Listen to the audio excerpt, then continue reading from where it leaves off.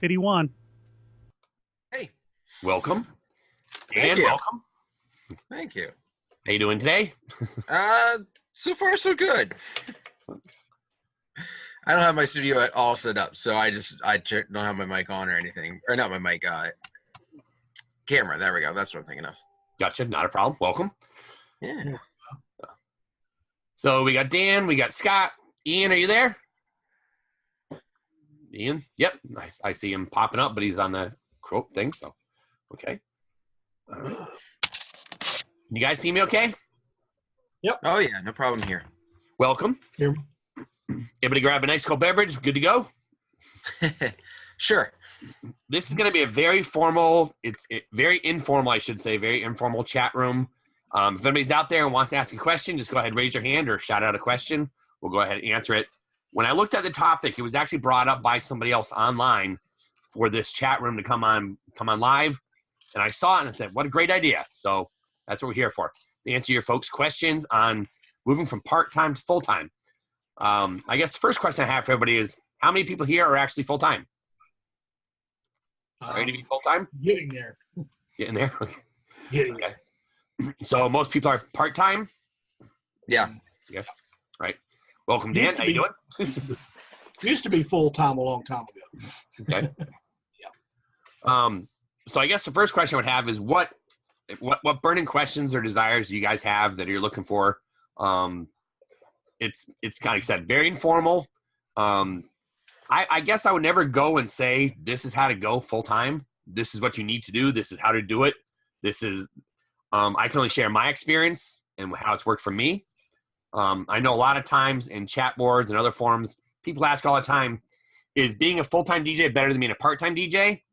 I can't answer that. It all depends on you personally. All depends on your demographics, who you are, what type of business you run, and what you want to do with your business. I go back to, about 10, 12 years ago when I went digital, and when I talked to the gentleman who was going to set up my DJ computer at the time, a full CPU unit and everything, and I spent 25 hours talking to this gentleman just to find out, the questions he asked me were, what do you want this computer to do? And if anybody's going to go full-time, I guess that'd be the first question I'd have for them. Why do you want to go full-time, and why now are you thinking about doing it? Going full-time is something that you shouldn't just jump at. I know a lot of DJs tend to go full-time when they've been working a full-time job, and suddenly, for some reason, due to the economy, due to a job, they're out of a job, and they go, I'm going to go DJing full-time, and they jump full feet into it. That can work. It can work. Or it's trial by fire, either way. So I think it really depends on what you guys, or what you specifically are looking to do and how you want to go about doing it. For me, I'm full-time. I've been full-time since 1996. Enjoying it. Here we are in 2017, and I'm still full-time. I did subcontract out our services, our DJ services, for other DJ companies. After about 2-3 years, I found out that wasn't working for me. It was a real pain to me personally. And that brought up a lot of questions. If you're going to look at starting your own business, any business, you have to seriously take a long, deep, hard look at yourself, at your finances. I would also recommend seriously talking to your spouse, talking to your family, and looking at where you are in your lifetime. Do you want to just jump at DJing full-time because, hey, I can make some good money at it? Or is it something that you've desired and looked for and done something? Me personally, I've been involved in entertainment my whole entire life. So for me, I jumped into DJing way back in the mid to late 80s, and it was through family parties. And it was like, hey, Matt, music, entertainment, come on down and DJ our reception or DJ our party or our birthday party. I started that. Then I launched off, and I went to a large DJ company, and I found that within 4 to 5 years of working for them, I was the top sales guy for that DJ company. Everything was going great. It was going fantastic. But these people saw something in me as an entertainer and said, this guy knows what he's talking about and can do it. They trained me. I honed my skills for many years with that DJ company. And then after several years, I've become their top sales guy and their top promoter. They said, you know what? You're getting so big. You're too well at this. We got to let you go. It wasn't that they fired me or let me go, but it was like, they're like, you're too strong of an entertainer, and they moved out of the area. They moved out of the local area, and they did not ask me to sign a non-compete clause, which I thought was kind of interesting, but that was where they were looking at it, because when I called them up once to ask for some advice, they were like, right now I can't help you out because you're too much of a threat. And that was kind of weird to me. I was like, I've worked for you guys for like the 3 to 4 years and I'm too much of a threat now. They were like, well, because you're so popular and you're such a good entertainer, we got to let, they ended up closing up shop about 2 years after that fact. Out of that, I got to work with many great DJs and entertainers. And I guess one of the big things I learned, going from part-time to full-time was respect everybody you meet along the way. This is huge. This is very, very big.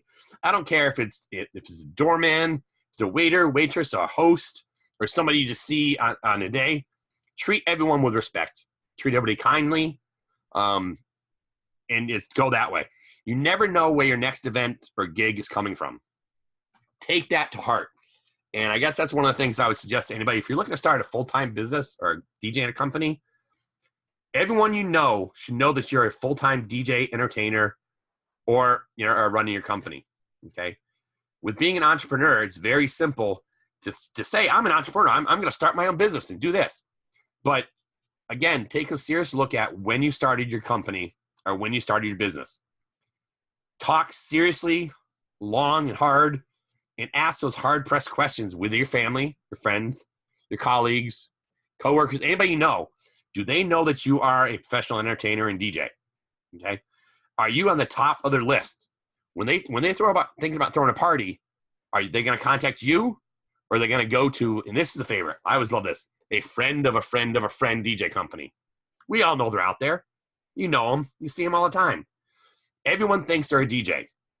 So when looking at the question of should I be part-time or full-time, it really depends on you. Now, I guess when it comes to being a full versus a part-time DJ, you have to think, are you available for your clients? Are you going to be there all the time for them? Are you going to answer their questions in a timely manner? Are you going to respond to their phone calls, their emails, their Twitter, any social account that they have? Are you going to immediately get in touch with them? Now, guys, this is huge. This is very, very big. If you do not respond to these people immediately, these millennials, these new kids, you're out of the list. You're gone. They don't care if you're swamped, busy at work. They want instant gratification right now, whenever they call you. And through your emails or through your social accounts, if you get to them right away, the early bird gets the worm. You're going to get more gigs and you're going to sell more of your services by getting in touch with these people immediately. So again, go all the way back to the very beginning, think about going from part-time to full-time. I'm not going to say which is better. It all depends on what your clients are looking for and what you're providing to your clients.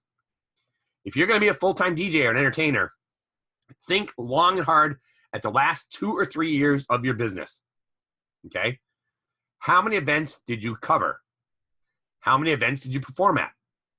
How many events were your clients satisfied at? This is huge. Okay? If you think about a full-time job, okay, and this is working Monday through Friday, 8 hours, anytime 9 to 5, whatever. If you're talking about working 40 hours a week at your job, okay, for a DJ, expect to put in 60 to 90 hours. Because what happens is, it's not just the time that you're entertaining at the actual event. You're talking about prep. You're talking about preparation. You're talking about getting the music ready. You're talking about selling this client. You're talking about advertising for the client and getting those clients to come to you and say, I want to hire you as a DJ. Okay. The average person working full-time, if you look at full-time being 40 hours a week, okay, you as a DJ or entertainer or as an entrepreneur, you have to be the jack of all trades. You have to be everything. So you really have to take a look at, do you want to be your own promoter, your own DJ? Are you going to be the entertainer? Are you going to be the MC? Or are you going to be just the guy signing the checks every single week or every other 2 weeks for your entertainers? Okay. When you look at this, before you even think about going into business, or once you've talked to your family, your friends, and your colleagues, people that are close to you, the next step you definitely want to go is you want to talk to a financial advisor, tax preparer, assessment, and things like that. The next step, even before you talk to that person, you probably want to go ahead and develop a business plan or a mission sheet. Okay. Without a business plan, there's no attack, there's no plan, there's no idea. You're going to be dead in the water very soon. So again, go back to your educational skills. Go back to how educated you are in terms of those things. Every state is different, gentlemen. Every state is different for your tax purposes. Every state is different in terms of how you run your business. Are you going to be self-employed? Are you going to be a corporation? You can be a licensed LLC, licensed liability or limited liability corporation. Are you going to be the boss? Are you going to be the sole proprietor? These are all questions you have to ask yourself and decide before you even launch your business. Excuse me, while we have that. Are there any questions so far? Or is this sounding reasonable? Or anybody? All right. So just a few, yep. Yeah, let me turn my mic on here. How you doing, Matt? You doing all right today? Good. I've been in this thing when I still had hair. I still have hair out there. Yeah, there's still a few of them up there. Yeah. I don't know if that's nothing wrong with being bald. No, I'm proud of it. Trust me. I started out when I was 17 years old as a DJ. I was scared to death. Okay. When I got out of high school, I went to broadcasting school. People thought I was crazy. You're going into radio. Okay. Radio DJs talk like this. No, they don't. They talk like I'm talking normal to you right now. Back then, you used to have to talk like that. You had hype. Either that or you were an easy listing. WKTZ, beautiful music. For beautiful jazz. Yes. Yep. Or jazz or something. Anyway, getting to this, what happened to me with mobile DJing is I fell into it by mistake. I was 19 years old when I finally got through broadcasting school and landed that gig in the radio. And I did a lot of live remotes. I made money that way. That's the way you made money in radio, was sales on top of sitting your behind in the air chair. Okay, unless you were somebody that was huge, you didn't make a lot of money, or you were morning drive or something like that. If you were, wait, you're not Howard Stern? No. Just kidding. I knew the Grease Man. Yeah. I don't even remember hearing about the Grease Man or not, but yep. I knew we met him, and the guy was very, very mannered. But as soon as he popped that mic open, he went from Jekyll to Hyde like that. But anyway, I ended up going into doing mobile DJing. I was still working at the radio station at the time. I felt it was a conflict of interest because the other DJs that were out there doing mobiles, you got it made, man. You work for the radio station. You're able to go out there. You're able to land the gigs easy because there are people walking up to us. Hey, I'm having a 16th birthday party. Okay, cool. Okay. And I started getting all these stuff in. It looks like John's hiding in there somewhere. I started getting all these gigs, okay, and behold, I paid by just the down payments alone, just the deposits. I ended up placing myself into going into it almost full time back then. In fact, the program director said, "Hey, man, you're better at this," because I'm interacting with the people. I'm out there talking to them. I'm out there doing interactive things with them. In radio, you couldn't do that. You were stuck in a studio. That was it. You're primarily locked in to doing that on the air, and you had to be careful. You use and say the word booger, and they'd fire you. The 7 words you can't say in radio. Yes. John likes that one. Hey, you know what, Matt? That's going to be the magical word next week. It's either booger or you can't say that. Hey, John, I'm the cause of your 3 hours yesterday, man. We got to talk. Hey, blame me for blowing everything up, man. Oh man, it took so much time to edit that.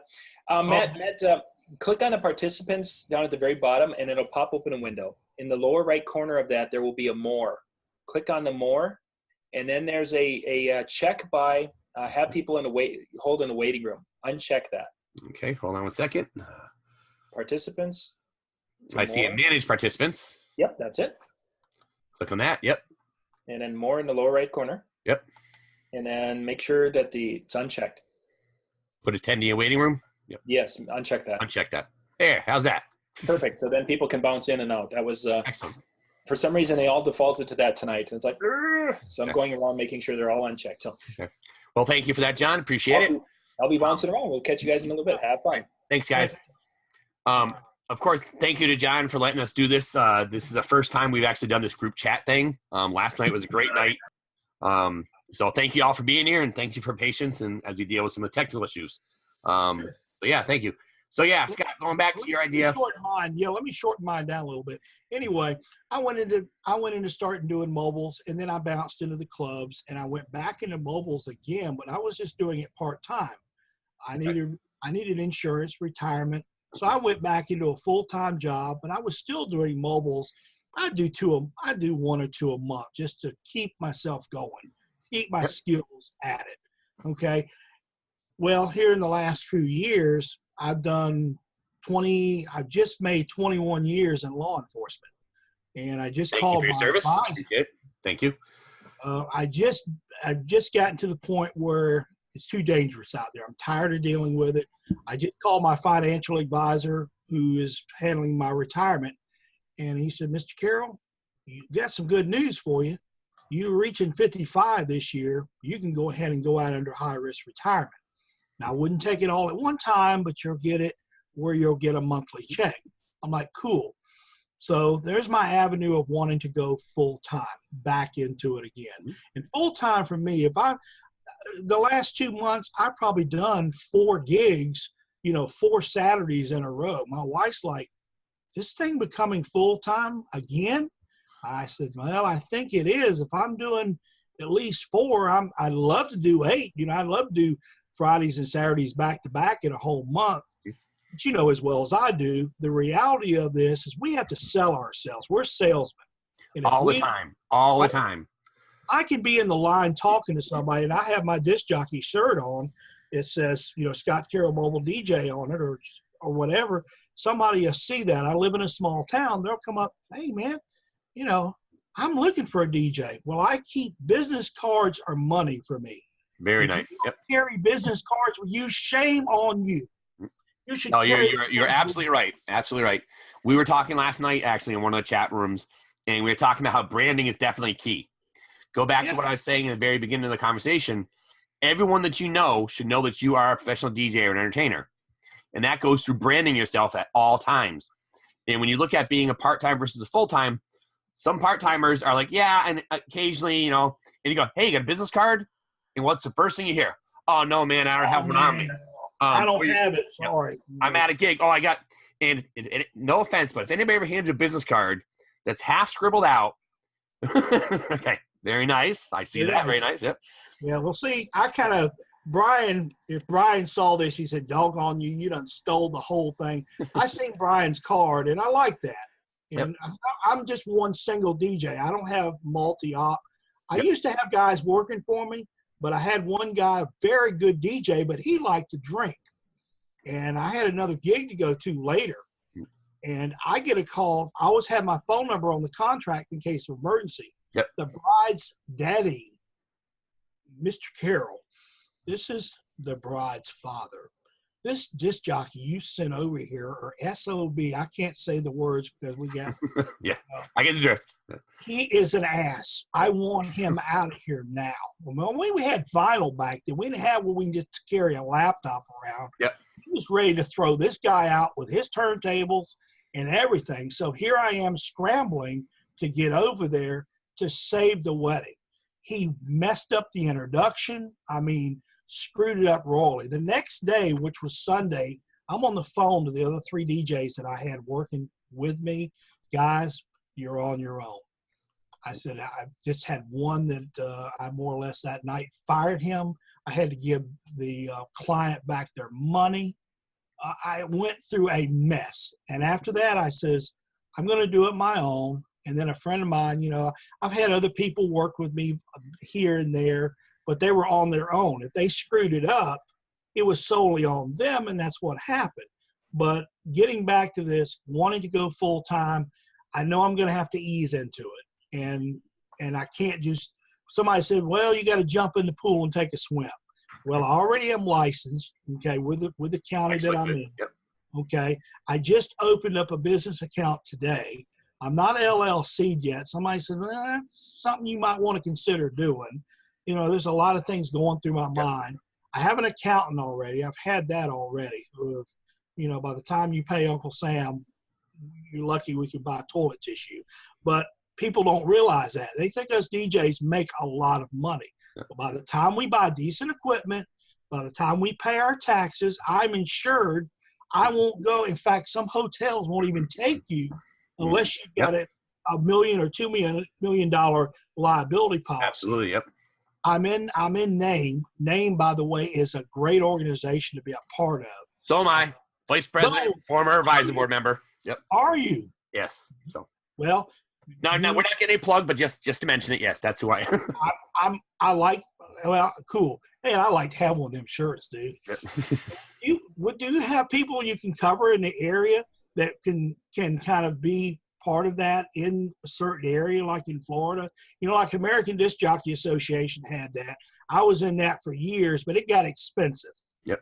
And I was in that just to have insurance before, but then somebody had told me about Name, and they've been wonderful. They've been excellent. To answer your question about Name, absolutely. We are 24/7. We have a full-time office staff. We can go ahead and answer any questions regarding your insurance or any of those things. Scott, that's a question. That's a conversation we can have a little bit later on. If you're I'll talk to you about that when I'm kind of going off content. Definitely, in terms of that, absolutely. You've gone the right way. You've gone the right way of, again, answering many of the questions about going full-time. Again, I would suggest the same thing. Take a long, hard look at your events. Talk to your clients. Talk to the people you work with on a regular basis. Always be looking out for referrals. Every client you work with, always ask them for a referral. If you can get them to sign an annual contract or a monthly contract or a multi-contract, do it. Get them done.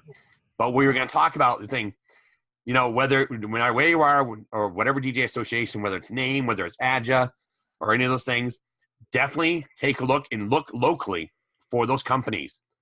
Get your insurance. You want to always CYA. Cover your assets at all times. And this goes to the idea of same thing with your taxes. Are you going to be an LLC, limited liability corporation? Are you going to be the sole owner? Are you going to be the proprietor? Are you going to be the owner? Are you going to subcontract DJs out? Are you going to subcontract?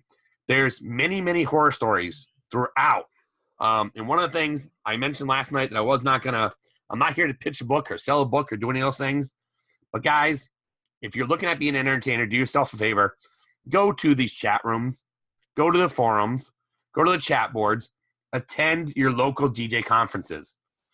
Attend these things because there's a plethora. There's a huge amount of people out there that want to share our knowledge and their knowledge with you guys out there.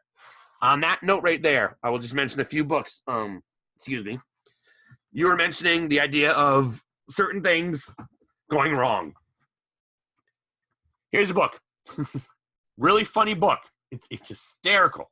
If you guys haven't seen it, Wedding Horror Stories and How to Avoid Them. This is a quick book. It's an anecdote book. It's kind of written funny by Anthony Barthel. And he basically says every possible horror story you could ever have happen at a wedding or a show. And it's a fun, easy read. Pick it up. I believe you can find this through Mobile DJ. Through Mobile DJ or through Mobile Beat, actually, is one of the books here. Excuse me. Great book. Horror stories. We all have them. Here's a real quick tidbit or a bit of information. Golden nugget, if you want to call it that way. Learn from your mistakes. They say there's a big difference between ignorance, being an idiot, and making mistakes. Okay. Being ignorant is one thing. If you don't learn from your mistakes, you're an idiot. We all make mistakes. We're not perfect all the time, but learn from mistakes and move on. Okay. There's the old saying that you're only as good as your last event. So guys, you're saying before, Scott, you just did 4 great events in those weekends. Every one of those events, did you leave happy? How about your clients? How about the guests at the event? All very important. Yep. Scott, you're actually muted right now. There you go.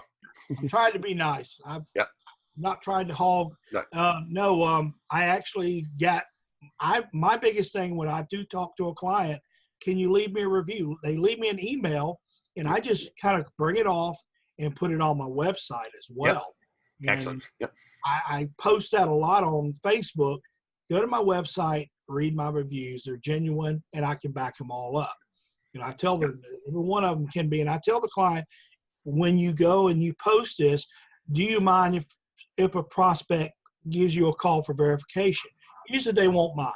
Right. I'm not selling anything to them, but that's what I try to do, and that helps me out. So, just to kind of put that in. I've got 3 books that I've been reading.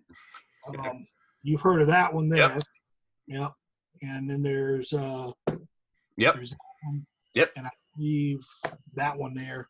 These 3 have really helped me out with marketing. These are great business strategies, because when it comes to business, my DJing skills are great.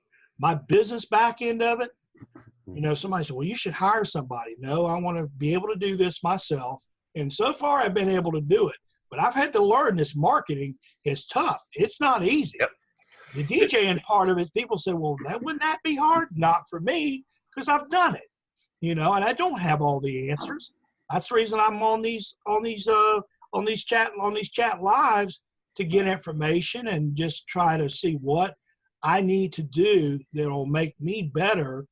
And any tip that I can get, I'm open for it. And I don't care if you've only been in the business a couple of years, but if you share something with me that's a great idea, I'm going to take it. Some guys think, oh, I've been in this business since Noah was on the ark. So what? You haven't learned anything, because it's a continuous educational thing when it comes to being a DJ. I've learned that over the years. I had a guy tell me, you'll fail if you keep a closed mind in this business. Absolutely. You will not last in it. Yep. You will be gone. Your ego will blow your head off your shoulders. I used to run several local DJ associations right here in Western Massachusetts, and in New England and Connecticut. And one of the funny things we always talked about was there's three things you don't talk about when you're in a group of DJs. And this is pretty real. One, you never talk about pricing. Okay. How much you charge, this and that, because pricing is one. You never talk about religion, okay? And then there's the 3 things you don't talk about: pricing, religion, and politics. And those 3 things are huge, because I've seen many relationships, friendships, colleagues, coworkers, all blow up at one situation or one bad situation. And the funny thing about all this stuff is, and I guess one big nugget I'll say right this is, if you refuse to change or learn or grow with the curve, you're going to find yourself extinct within a year. Yeah. This is important. So continuing education is key. It's huge, right? I mentioned before that I wasn't going to be sitting there selling books, and I'm not involved in these books. I'm not selling these books at all. But do yourself a favor. Attend the Disc Jockey News Television. Attend these forums, these chat rooms, these boards. Yeah, I just joined it here a few weeks ago. Yep. This week I just joined it. That was one of my New Year's. I said, hey, I'm going to get involved, and that's going to help me. Yep. There is a number of books, and again, I have no stake in these things, but guys, do yourself a favor. One of the first DJ books that came out way back when was from Stacy Zeman, the DJ Sales and Marketing Handbook. Great book, early read from the early 90s. Stacy continued on with several other books. Mobile DJ MBA, a compilation of articles written from Mobile DJ, DJ Times. Great book here. My good friend Rob Peters, also from the state of Massachusetts, wrote another book, Business of Mobile DJing. Rob Peters. All these books you guys can find on Amazon. You can find them at Pro Mobile DJ. You can find them on Mobile Beat. Okay. Attend the conferences, grab these books. Very easy. Going way back, Bob Popsick had a book, Increase Your Mobile DJ Business by 30%. And this was written when we answered the telephone. Remember that? Yeah. Okay. They're out there. What about this one? Yep. Spend 2,000. That's one of them too. Yep. Michael Borncosta did a great job, again, with Mobile Beat and stuff, and being the advertiser of those things. But in terms of other books, again, Stacy Zeman had the Mobile DJ Handbook earlier written up on that. Okay. There's plenty of books out there. There was nothing. When I started it, there was nothing like that put out. Yep. You learn by getting. I learned by a lot of guys that were out there, and they took me under their belt because I wanted to learn. Now, some of these guys now, I know what I'm doing. I've got this. This is easy. Okay, hold that thought. Yep. I got you. And I've tried to help new guys. Some of the new millenniums out there, they don't want to, they think, well, go get your turntables and go run somewhere with them. I'm sorry, but I use I haven't used turntables, in a long time. I mean, I went from. I think I sold my Technique 1200s back in 1992. I had 4 of them. I sold them. I still have them, but because I do vinyl parties here and there. Every once in a while, somebody will want to bring the vinyl. They like to hear. I call it the Snap Crackle Pop Party. Yep.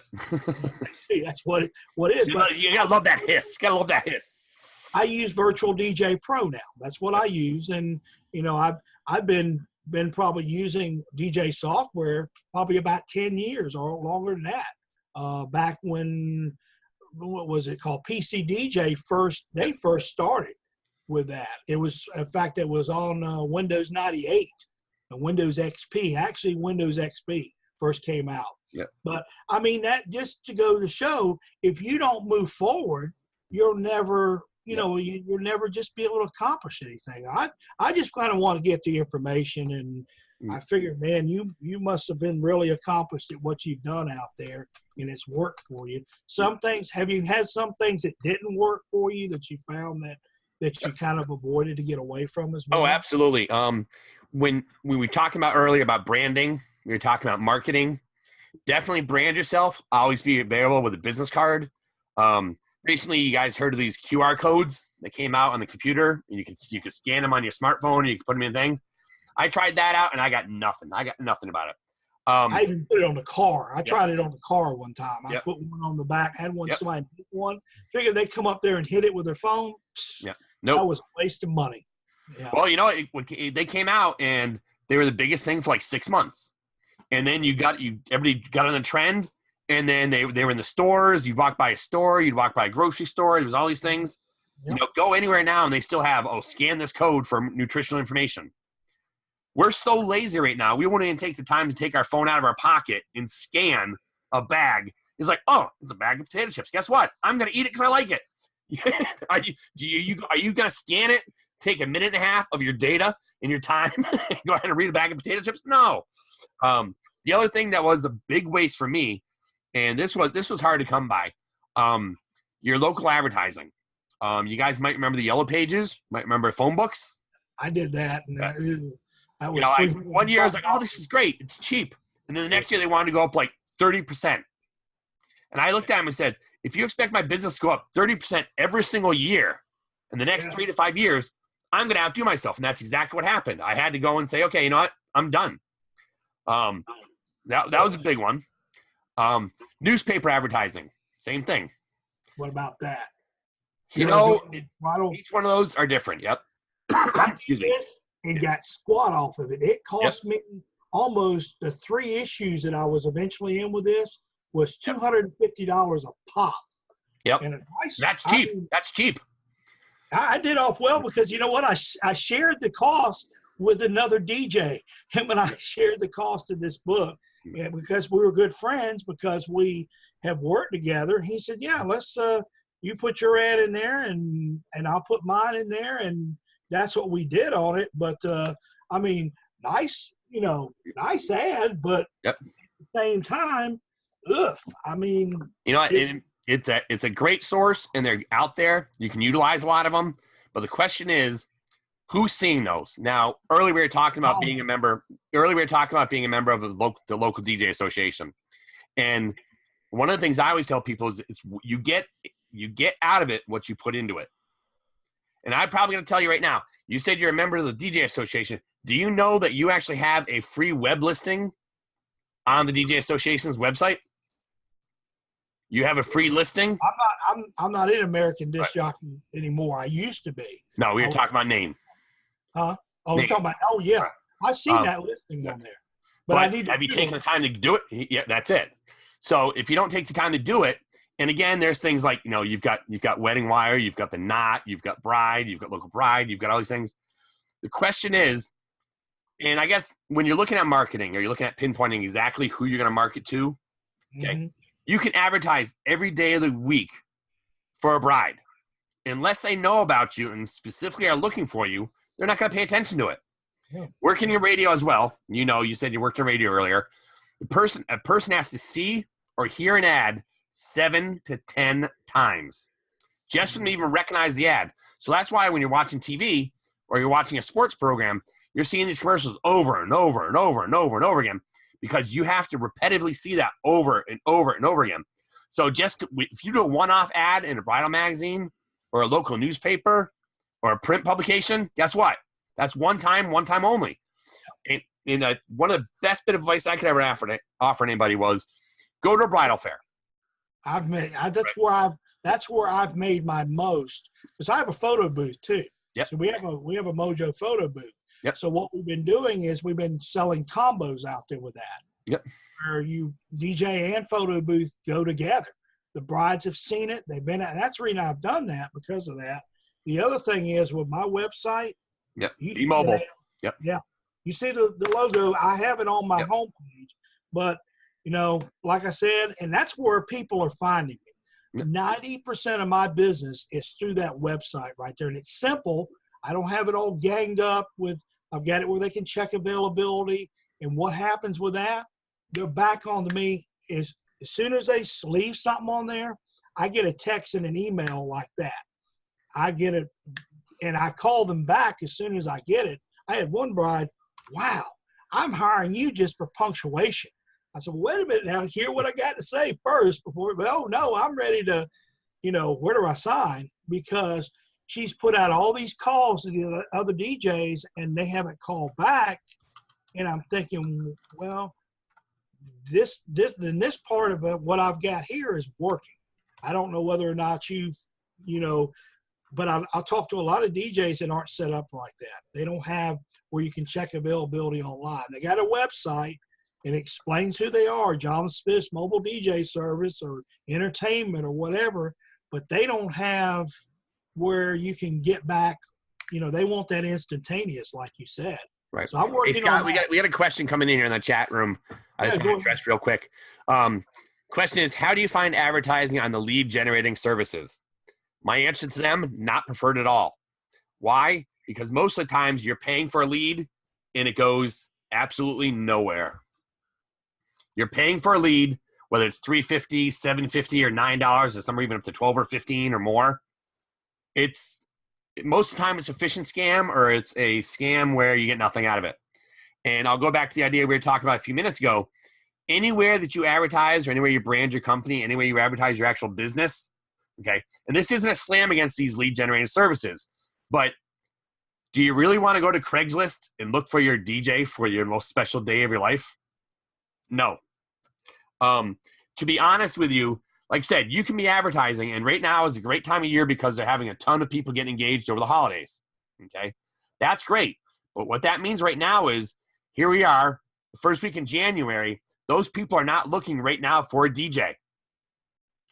You even go back 2 or 3 years ago, I used to love saying, a good DJ or a good entertainment company would be booked up 18 and 24 months in advance.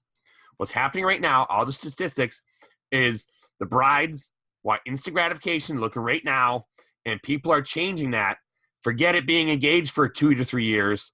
It's now happening that they're trying to get married within 6 to 9 months or even a year of their engagement.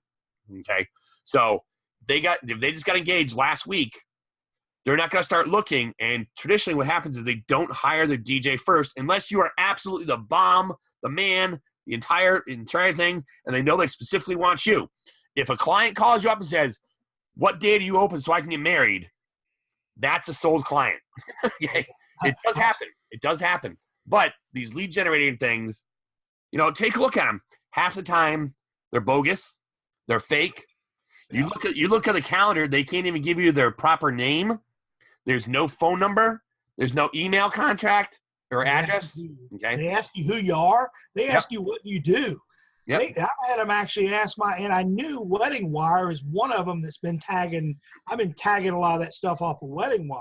Because I found out where a lot of it was coming from, and well, we can't stop what's coming through there. Well, we know when they want all they want to pay you with is a credit card. They want to give you a credit card number. I'm like, no, you got to meet me in person. Yep. I need more than that.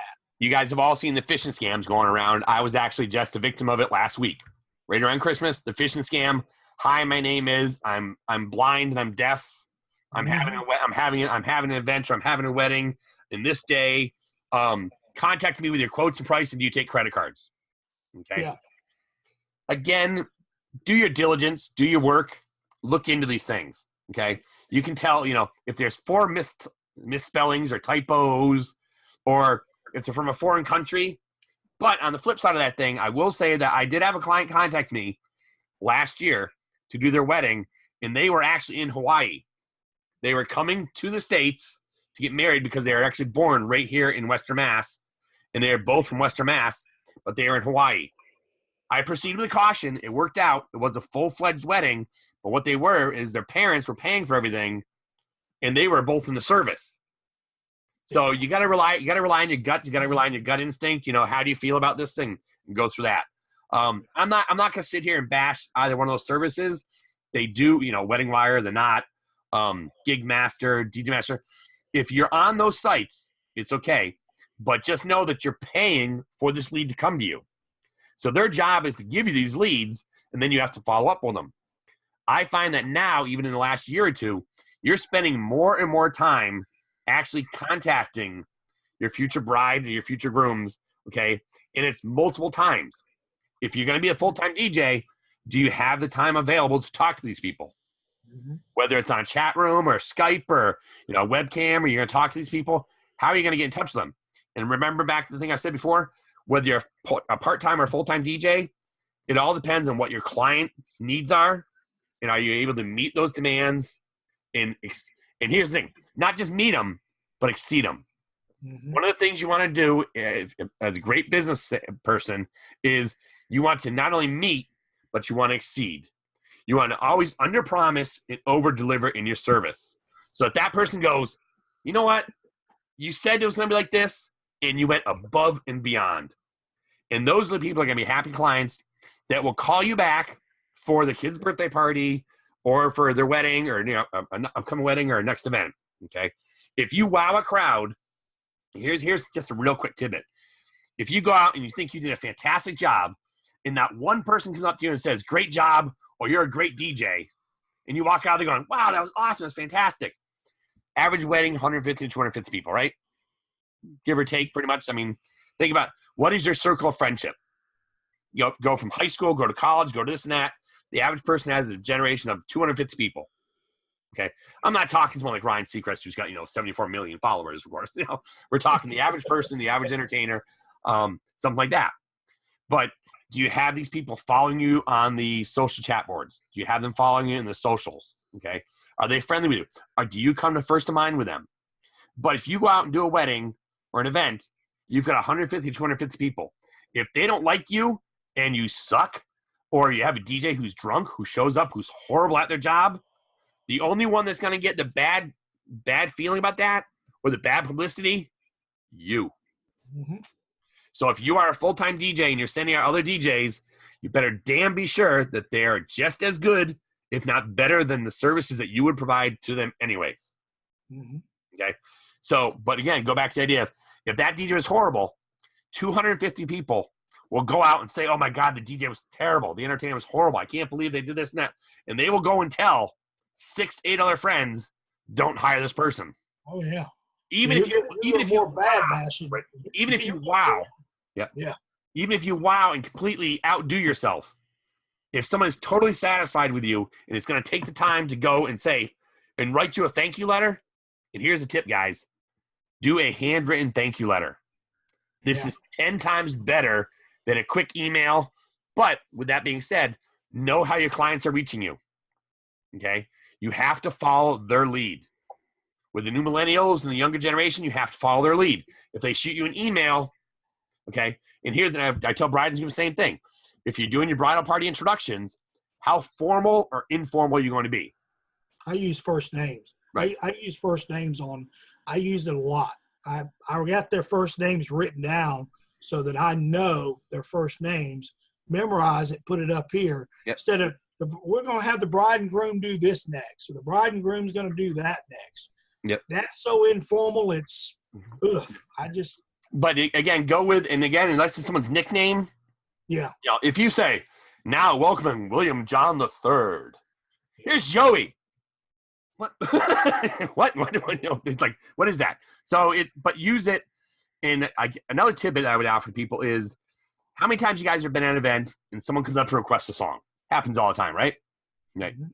I was doing a holiday party for a big company, a big restaurant company chain, and had someone come up to me, and they came up and they requested, it was Tell Me Something Good by Rufus and Shaka Khan, right? And I was like, okay.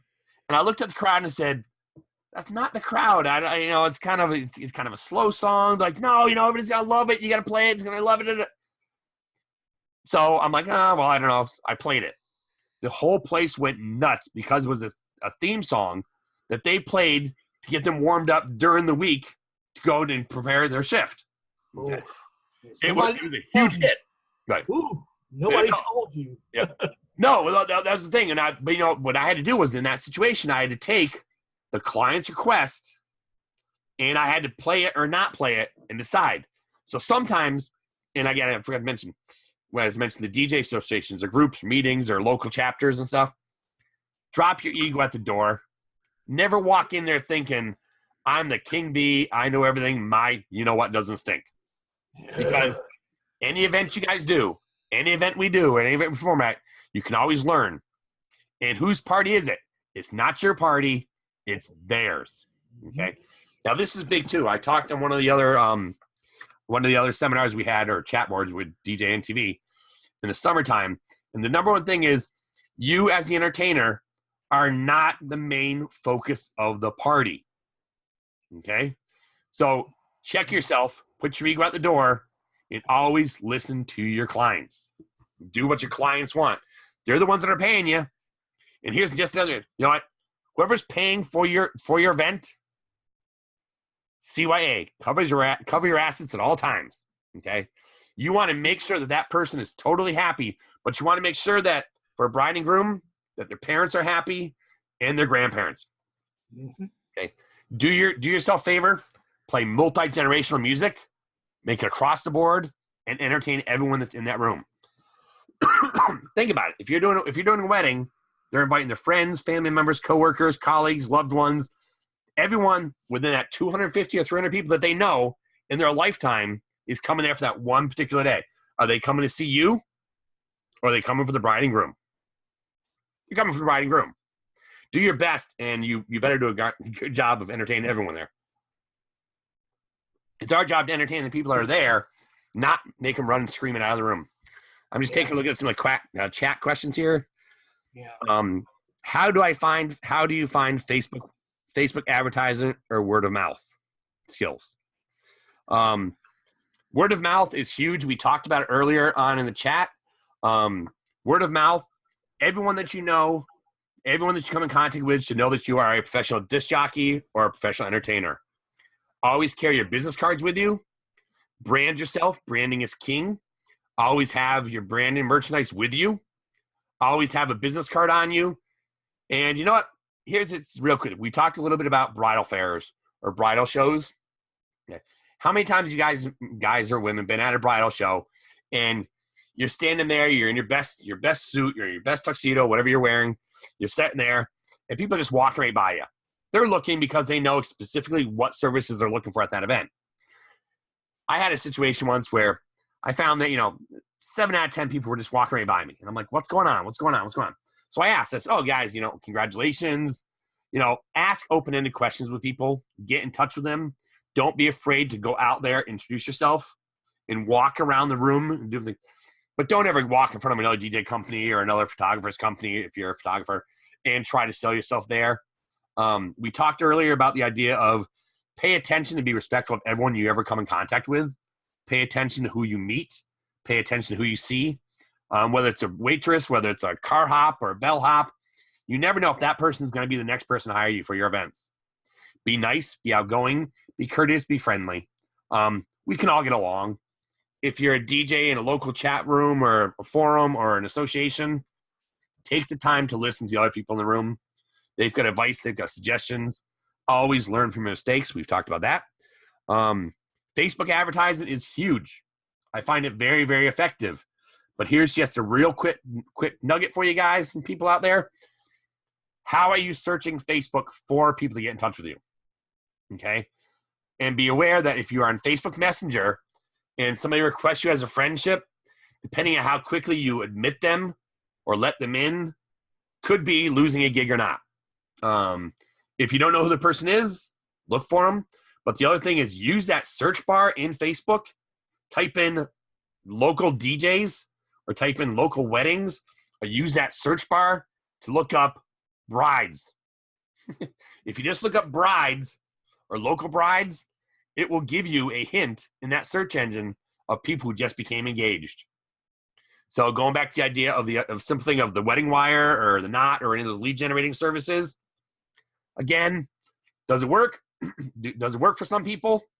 I prefer not to advertise on those sites like Craigslist or things like that because, again, it's what you put into it. How much time do you want to spend on that? Now, in terms of running a full-time business for yourself as an entrepreneur, do yourself a favor, schedule time daily to go through your socials. Okay? It could be first thing in the morning. If you're an early riser, get up at 6 o'clock in the morning, check your emails, reply instantly back. As soon as you get an email or as soon as someone contacts you, reach out to them immediately. The early bird gets the worm always. And you always want to be closing. You always want to be contacting these people. And you always want to go to take that lead and lead into the idea of, hey, can we get together? Can we get together over a cup of coffee? Would you like to come to the office? Can I come to your office? Can we meet somewhere? Do that. Don't wait. Don't say, oh, I'll be in touch with you in 2 weeks. If you do, you've lost that client or you've lost that potential bride or groom. People know if they're calling you, there's a reason they're calling you or there's a reason they're reaching out to you because they've heard about you, they know you, or they've seen you. They want instant gratification. Someone's asking, what is the best day and time to post on Facebook? Believe it or not, they're saying Tuesday and Thursdays are the better days. That's through a statistic I saw somewhere. Tuesdays and Thursdays. Why? Because Mondays, people are frantic. It's a Monday. God forbid you don't want to go to work on Monday. I actually prefer, I do several weekly car shows and events. We do it on Monday night. It's a great night for me. But know that your Monday, for us as DJs, we're like, oh my God, finally made it through the weekend. Friday's done, Saturday's done, Sunday's done. Monday typically seems to be the day that DJs or full-time DJs go out and go to the bank. Well, you know what? Now there's these new things that you can actually deposit your checks and everything right through your smartphones. Take advantage of technology. Use it to the best of your ability. What time to post on Facebook or Twitter or different things? Don't post to someone right at 10 to 5. If they've got a 9 to 5 job, the last thing they're doing is checking their emails or their socials at 4:50 because they're getting the hell out and they're not thinking about it anymore. If somebody contacts you first thing in the morning, contact them that morning or early afternoon. Try not to contact people at 12 o'clock. It's a lunch break, lunch hour. They're not thinking about it. And always, I guess when you start a conversation with somebody, a new client or a new person, always talk to them and ask them, hey, this is DJ Matt Peterson from Peterson Production Disc Jockeys. How you doing today? Here's the thing. Say congratulations to them. If it's their wedding, okay, always use their name. If I'm talking to Dave Stir, I'm going to go, Dave, how you doing over there? How's it going? Remember the person's name. Always be friendly. Be genuine. Be sincere. People will be able to tell if you're reading something. I had a story once. It was so funny. I went and I thought I was going to do the best marketing scheme ever. I went and I had this whole thing on what I was going to say. I practiced, practice, right? Practice makes perfect. Well, I was so involved with this routine. Somebody called me up and I thought, I got to tell them all this information up front, every question they're going to ask, pricing, my availability, what I do, my skills, my services, this, that, everything else. And I looked at the phone after about 15 minutes of me talking. Okay. And I said, so What can we do for you today? Person said, wow, that was great. What script did you read that from? And I went, oh, no. I'm like, oh, my God, I'm so sorry. I'm so sorry. They're like, no. Everything you said was absolutely right on track, right on time, but now tell me about you. If somebody contacts you, they know you or they're looking for information. Always use the information. However they contact you, whether it's Facebook Messenger or Skype or email, always use that form of their communication and use it back to them, okay? But ask open-ended questions. But here's the thing. Always answer what they have asked you. Because they're short. Hi, how you doing? I'm available. I'm getting ready to this date. Are you available? How much?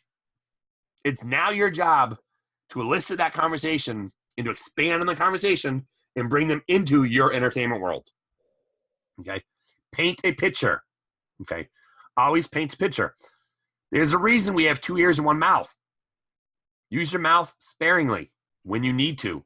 Always be listening and looking for clues from their body language, for how they're talking to you. But when you go back to that first initial contact, when you're talking to them, do yourself a favor and ask them, hey, do you have a few minutes to talk?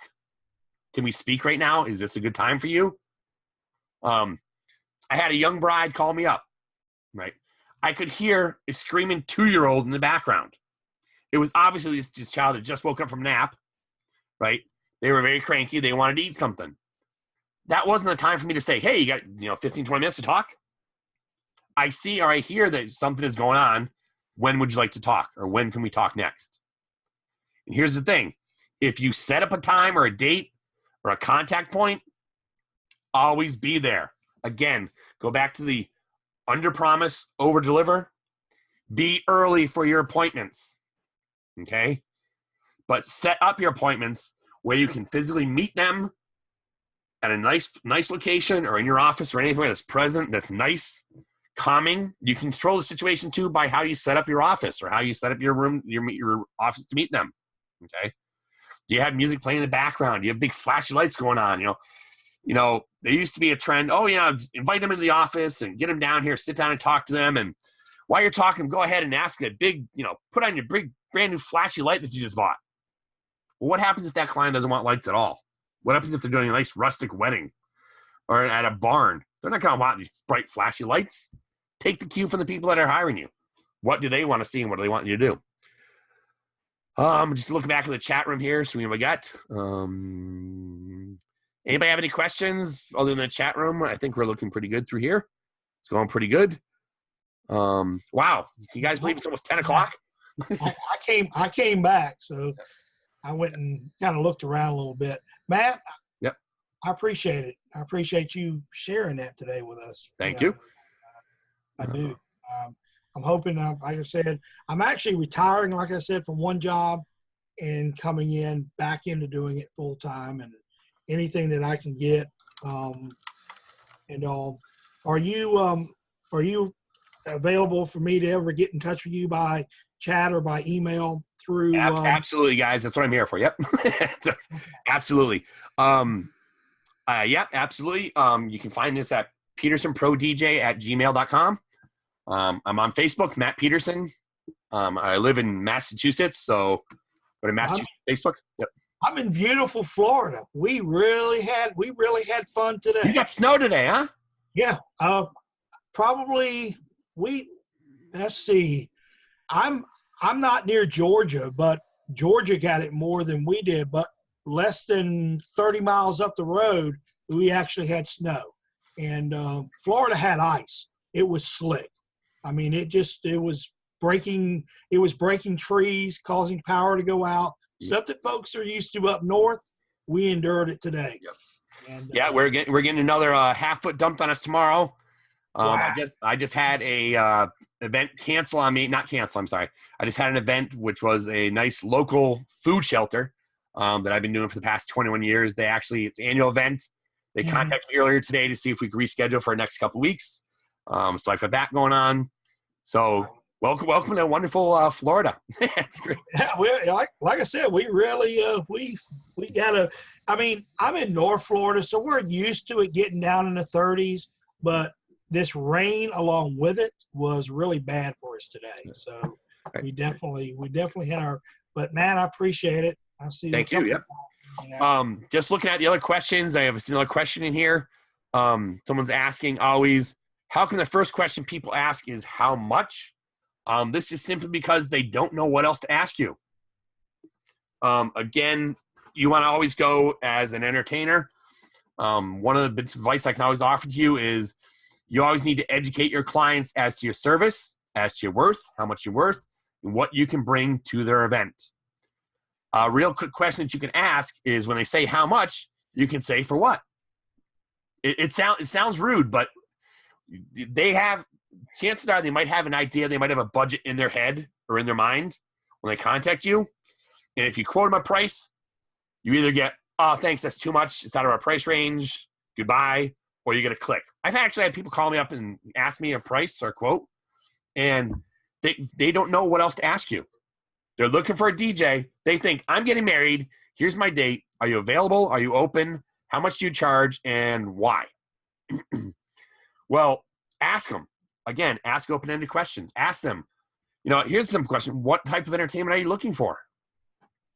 How long are you looking to go? What type of entertainment are you looking for? Are you looking for a photo booth? You look for a DJ? You look for lighting? You look for uplighting? You look for atmosphere lighting? You looking for, are you looking for strobe lights? You look for disco lights? You look for a dance party? Here's a real quick question to ask you guys, or people in their chat room. I assume it's mostly gentlemen here looking at the list. If there's females, ladies, I'm involving you as well. But real quick question to ask people. Ask your groom, where do you think the party is going to be? Now you're going, what do you mean? Party's going to be on the dance floor. Really? Okay. Ask the groom, are you a drinker, a partier, a dancer, or is this your wedding day? Because the party is always where the bride and groom are. If your groom is at the bar all night, he doesn't care what equipment you have. He doesn't care what music you're having, what you're playing, or anything. His only request is that you make the bride happy. This is the same thing for the bride's parents. Okay. We talked earlier about painting a picture. Talk to these people. Okay. I've actually had situations where if someone's not a perfect match for you, don't try to fit the mold. Be upfront and honest with them.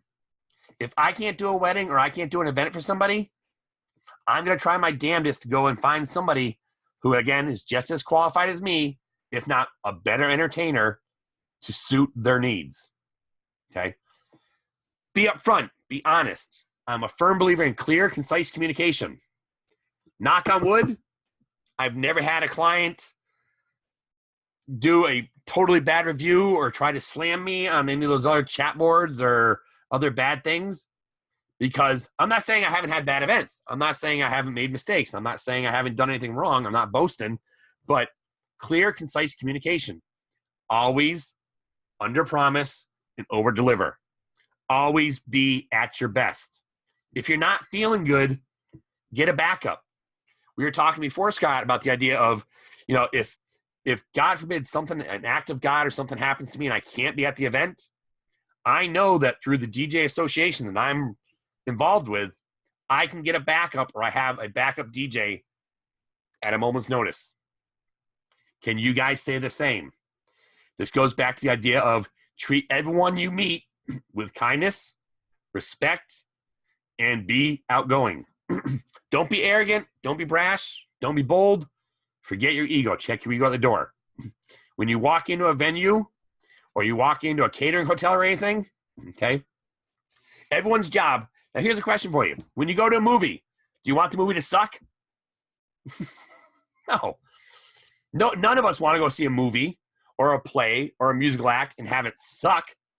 Everybody there is there for a reason, to have a good time, to party, to celebrate, to have a great time, and then create memories. Are you creating memories with your clients? I certainly hope you are, and that's what it's all about. Creating memories, being personable, being friendly. And again, I'll go back to the idea of whether being a part-time or a full-time DJ, that's entirely up to you guys. It's entirely up to you folks. But please just, jump in, Scott, as you said, but seriously take a look at why do you want to be full-time, and always cover your assets at all times. Look at all things around you. It is a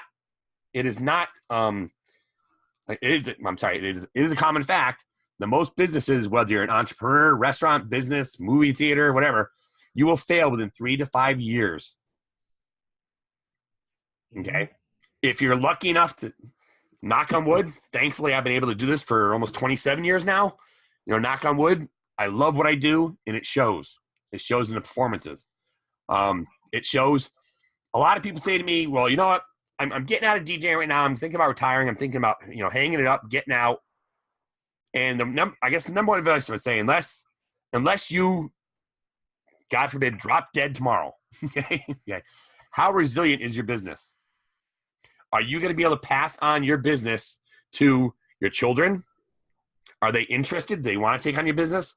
How resilient is your business if the economy bombs out? When the economy dropped a few years ago, and people say, oh, I don't have much money. I can't pay a DJ. I can't do this. I can't do that.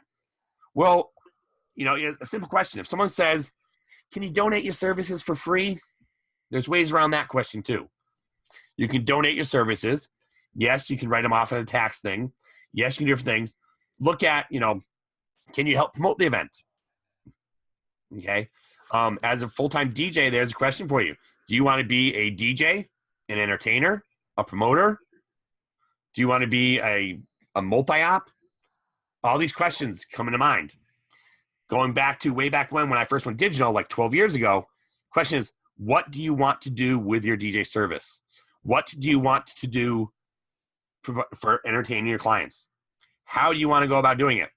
Again, if you're working full-time, the average person works full-time, gets between, I would say, 4 to 6 weeks a year of vacation time. As a DJ, full-time DJ, are you able to do that? Are you able to provide for your family? Do you have insurance? Do you have a license? Don't ever start a business without having a license, a professional association, or without talking to your tax person, or without talking to your financial advisor, and contracts. With contracts, just a few things to think. If this person is under 18, they cannot legally sign a contract in any state. If they are mentally or physically disabled, they cannot sign a contract without somebody else signing the contract as well. Okay? Your contract is only realistically legally binding in the state of where you are running your business. If you are going to be running a multi-business or a multi-operational and you're going to a different state, you're going to Florida, you're going to Georgia, the rules and laws and regulations are different in Georgia than they are in Florida. Or if I can go, I'm in the hub of Western Massachusetts right here. I can go 45 minutes. I can be in Vermont. Okay. For me to get to the center of Boston, I have to drive an hour and a half to 2.5 hours. I can take 45 minutes, go the other way up 91, and I'm in Connecticut. I can make it to New Hampshire in an hour, but it takes me an hour and a half to 2.5 hours to get to Massachusetts. That's a wide scope of places. I'm glad you brought that up. You brought that up about the contracts in different states. I do Georgia too. I cover South Georgia. But do I need to put something in my terms of agreement that if this contract is binding in the state of Georgia as well as the state of Florida? It probably wouldn't hurt, would it? It would not hurt, but that would be a legal question that I would again refer you to talk to your lawyer. Any contract you have, because guess what? You might put it in black and white. There's a fine line between black and white, but there's also a gray area in a lot of these different things.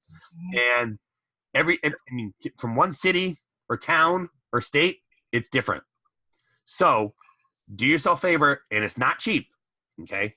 But talk to your trusted tax advisor, talk to your accountant, talk to your lawyer, okay? Because again, you want to CYA, cover your assets at all times, okay? And I'm not swearing at people. I'm saying cover your assets because that's the thing. But again, it comes down to, one of the things with a contract, just a few of the things I've learned along the way. With your contract, it should not be one-sided. You can't go into a place and say, well, if one of your drunken guests breaks my equipment, I want full evaluation of the equipment and you're going to pay for it. I can't say to you, Scott, that, because you tripped over my speaker and knocked it over and dropped my speaker on the floor, I'm going to go after you and sue you. Now, that doesn't mean that Dave is going to pay for it. You know what I mean? It's true. It doesn't happen that way. And it's very, who's responsible? The person signing that contract is signing that contract. Again, somebody, I think it was a good DJ friend of mine, Cab Capella, or Keith Allen, one of the gentlemen in Connecticut. I forget who they were. They actually said, when you have a contract, go through it line by line by line and make sure that they understand what they are signing. Now, this person went as far as saying, you know what? I even included a simple line in there as a joke that said, "You hereby agree to give me your firstborn child." They put it in the contract. They put it in the contract only to see if the person was reading it. It was just a joke. If you're going to be a comedian, know your audience, know your rapport, and know your client before you do anything. But it was just simple thing of go through, and when I meet with a client in a face-to-face and I meet with them, here's the thing. 75 to 90% of the time, if you meet with a client, chances are they're going to book you. Okay? Now, that doesn't mean that you've gone through 3 or 5 conversations already with them and haven't talked about all this stuff. But if you put a face to the person and talk to them personally one-on-one and are sincere, honest, and you have full integrity, chances are they're going to book you. They're taking the time out of their time to book you. So going back to the person's question of when's the best time to get in touch with somebody, when's the best time to post, all depends. If someone works second shift and works 3 to 11, don't give them a call at 7 o'clock or 9 o'clock in the morning or 10 o'clock in the morning because they're going to be sleeping. But that doesn't mean that when they send you an email or a contact at 5 or 6 or 7 o'clock at night that they don't want to hear back from you before 11 o'clock at night when they leave their shift or get home. Okay. With Facebook, with the online sources, it's 24/7. Okay. But again, I go back to the simple idea of do yourself a favor, plan, schedule, appropriate, and be smart. When I say be smart, I'm talking about 5 measurable things. Be specific. Be measurable. Can you measure your success or failure or closing rate? Okay. It's smart, measurable, achievable.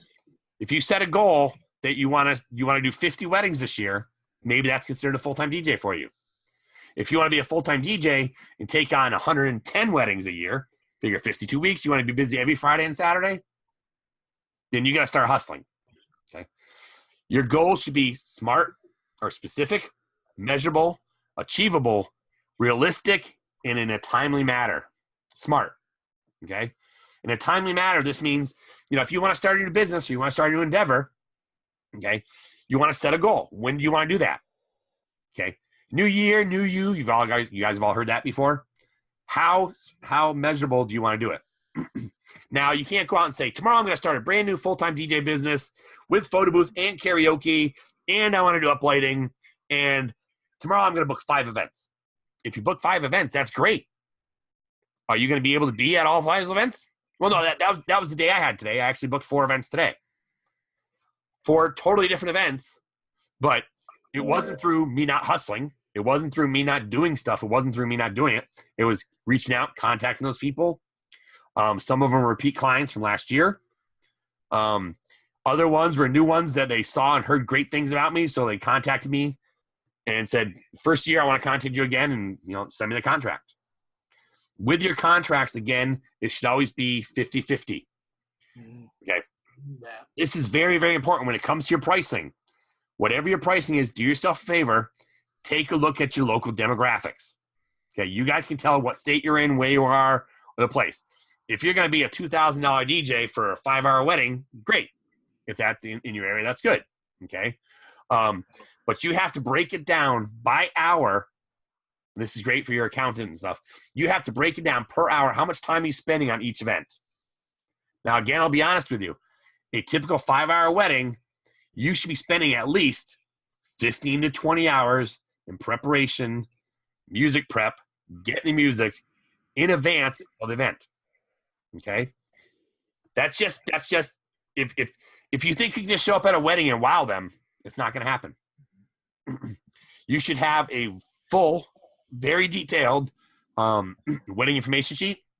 I do an agenda. I do a typed up agenda. Yep. I do it. It's typed up. And have several of them. Yep. Yeah. Plus the bridal information sheet and all that. Yep. But again, throughout this time period, when they first make contact to you, to the actual event, be there for them throughout the whole entire planning process. And again, going back to the idea of whether part-time versus full-time is better, I can't answer that for you, but I can say this. Depending upon your client's needs and what they want is what's going to be your success or not. If someone calls you up, you don't call them back in 2 weeks, forget about it. They're gone. The average bride will call between 5 and 7 local companies, entertainment, photographer, this and that. Maybe even 3 to 5. That's it. That's all the time they have to do to get involved with you. Any more than that, they're just reaching straws, or they're just looking for a price quote. If they're looking for the cheapest date DJ out there, again, be upfront, be honest, be sincere with your questions. With a quote, same thing. If it's too low for you, but here's a real quick tip or suggestion: never, ever, ever start discounting or lowering your price to match the client's needs. Now, that sounds kind of rude, but here's the story I'm going to tell you guys. I actually had somebody contact me, and they said, I got a wedding DJ that's going to do it for this price. Can you do that? I said, okay. So again, lessons learned along the way. I said, absolutely. I'll do it for this price. And it was the same price. They said, okay, we're going to get in touch with the other DJ and see if they'll match that price. I lost a gig once. Forget this. $10 difference. Wow. Ooh. Because what they did was they got me and the other DJ company involved in a bidding war. And it didn't matter what I would go down to or what they would go down to. It was only depending upon what the client themselves wanted to pay. So going back to the question someone said, how come the first question they always ask is how much? Because these people don't know any differently. It's our job as the DJ or entertainer or entertainment company to answer their questions, to educate them, to show them, and then as you go along, you can upsell them after. Okay. But the first question is, are you available for my price? And can you do it for this price? Excuse me. That is entirely up to you. You have to set a thing, because here's the thing. Are you going to be able to afford your car payment, your mortgage, your taxes? Okay. You going out and taking your hard-earned time every single weekend and working, please consider your family. John Young is perfect. He has several children. I believe 5 children, if I'm not mistaken. He's very family orientated. He's probably jumping off because he knows, I got to go get to bed. Okay. Do you want to miss those moments in your children's life? Their birthdays? You want to miss your anniversary? Any of those special dates? If you want to work full time, you may have to give some of that stuff up. But you also have to take time for your family, for your health. You're going to have to pay your own health insurance. Big question there. That's my biggest thing there. Yeah. That's one of my biggest things. And somebody told me, well, if you can get in through doing it through the fact that you own a business, sometimes you can get better. That's going to be my biggest hurdle, is that. Yep. Somebody's talking in the chat room here. Dave. Hey, Dave. How you doing? He lost a gig that way. He met the client's budget, and a fellow competitor undercut him with a huge amount. Again, I'll go back to the idea, Dave, of always be courteous, always be kind. A real quick suggestion for everybody: never, ever, ever talk bad about another DJ or another venue or client, because again, negativity has a way of coming around, and karma will bite you in the butt. Mm-hmm. You never know. Again, go back to the idea we said way back in the beginning. You never know when your next client is coming from, or your next gig, or who knows who. It is a small, small world out there. Always do your best. If you don't know somebody, definitely don't talk about somebody. One of the events I booked today, I was referred from another DJ company. They decided they're getting out of the business. They're decided to retire. I just recently got married. I got married 2 years ago. And I actually hired a local DJ right here who was the entertainer at our first date. I hired him for my wedding, okay, 2 years ago. I'm now doing his daughter's wedding coming up later on this summer in Mystic, Connecticut.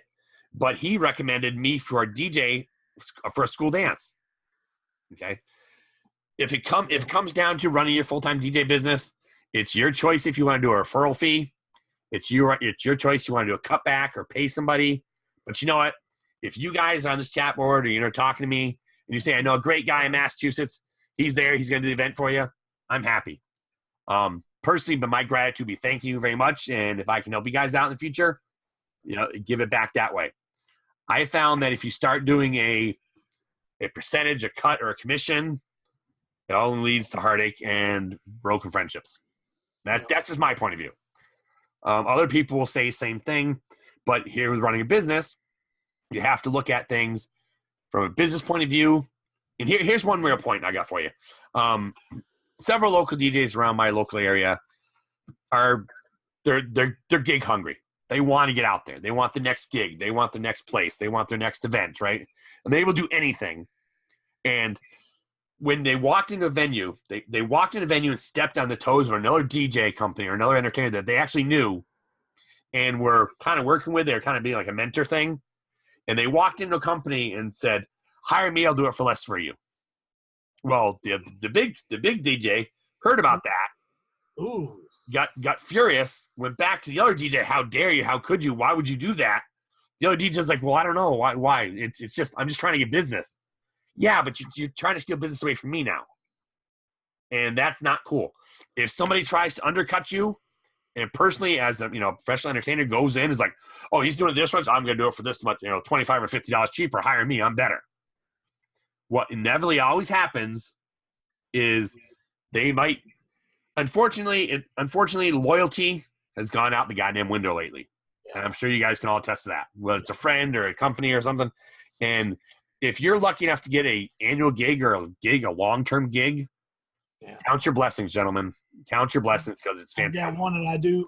I've got one that I do all the time, and I do it. I've got one that I do monthly, but then I got one that I've done annually, probably for the last 7 or 8 years. Yep. But they want me, and I don't charge them that much, but the referrals that I get off of that, it outweighs that. That's what you have to. That's what you have to think about. This DJ I was talking about didn't think about that, and he lost revenue or lost gigs coming up in the future because of what he did recently or in the past. Ooh, so again, always be gracious, always be humble, and be so thankful. And again, if this is your thing, I can see you guys are here. You're looking at it. You're serious about it. That's what you have to be with your business. You have to treat it as a business. You have to be serious about your business. You have to be thinking 24/7. You got to be hustling. You got to be moving. Okay. But again, if you can do that and you can reap the benefits of it, great. The other thing you guys want to do is definitely know how to delegate. Okay. Now this is very important. Delegate. If you're not good at something and you know somebody on your staff who is, I have other people that can do it. Yeah. Ask them. They will be so happy. But be thankful for them. School dances. Right. School dances. I cannot. Yep. I don't handle school dances much like I used to be able to handle it. Yep. I do mostly stuff for weddings and other type of events. I don't do sweet 16s or none of that. Yep. I've got a guy who's good at it. He's 22, 23 years old, and he does all the stuff on the turntables and all that kind of stuff, and I let him handle those. Yep. And that's a smart business move. It definitely is. If you're not good at your accounting, or you're not good at your books, hire a professional. And that's one of the big things I said before. If you're going to go to a tax accountant or a lawyer or prep for your contract or any of those things, don't be too stingy. Now, here's a rule of thumb with buying equipment or doing things. Anytime you buy new equipment, and that's a big question people always ask too. Do I rent equipment? Do I buy equipment? Do I use equipment? What do I do? Okay. Any equipment you buy, anything that you buy, save it, save the receipts, do things, do yourself a favor. If it's a legitimate company or a legitimate distributor, always fill out your warranty card. I know half the time we don't, but I'll be honest. One of the things I do in our service is we actually provide children's entertainment. I was an educator of young children before I began my DJ full time. One of the things I learned with that was I was able to combine music and bubbles and children's birthday parties. We do bubble buddy parties or bubble parties for the young kids. And one of the things I did was last couple of years, I've gone through the different bubble machines or different versions of bubble machines. I bought an 80J Bubbletron Go. This thing was great, right? I used it for a whole entire summer doing minor league baseball games. And guys, just if you're looking at business, there's many different sources out there. Know your client, know your crowd, know what you want to do, okay? I started doing bubble party entertainment for the minor league baseball team before their games. And you're talking thousands of people coming to this game, and all of a sudden they walk in the ballpark and they're being filled with bubbles galore all over the place and lively children's music and playing. I, just on a whim, just for the heck of it, I'm like, you know what? I'm going to try the bubble machine out, and it worked great. Worked great for the whole entire summer. I used it at an outdoor event, which with the ballpark was outdoors. I used it at an outdoor event in September, right? And lo and behold, I turned it on and nothing. I'm like, what's going on? I called it up. I took my warranty. Like, oh, good thing you're calling us because your warranty expires next month. Got a brand new unit and everything. Didn't cost me anything. All it cost me was the shipping to pay for that to go to Georgia, actually, or California. And I got the thing back within a week and perfect, works great. So when you're talking about professional equipment or you're talking about being a professional DJ, be professional. Treat your equipment well. Take care of your equipment. Always be on the lookout for things. If you're gonna have insurance, be smart about it. Don't be silly. We had a DJ call up the DJ Association looking for insurance one time. We said, okay, explain the situation. What happened? Well, I was leaving the place I was doing karaoke. I was leaving the place that I had done the entertainment for. It was really cold out. I went out. I started my car. I went back in to receive payment. I talked to the bartender to get my payment. I walked outside, and my car was gone. So, well, we thought about it. We said, okay. I said, this is a terrible situation. We're terrible it happened, but let's look at the situation. You walked outside of a bar in your downtown area. You opened the door. You put the keys in your door, left your trunk or you left your hatchback open, or the back doors, and you were loading equipment in. You loaded all your equipment into the van or your vehicle, and then you walked inside. Was anybody watching the vehicle? Well, no. I just went inside for a second. Oh. So you handed a stranger the keys to your vehicle, fully loaded with all your equipment in your gear, so you could walk inside and say goodbye and get your payment. Guess what? Wow.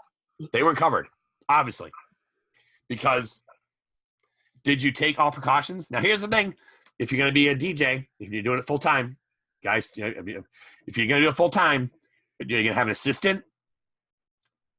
Okay. I've worked at places where my events is up on the 11th or 12th floor of a building sometimes. You got to park down in the cargo garage and load all your equipment in and out. Now, yes, every time I'm locking and loading and the car and your vehicle and you're loading your stuff in and out.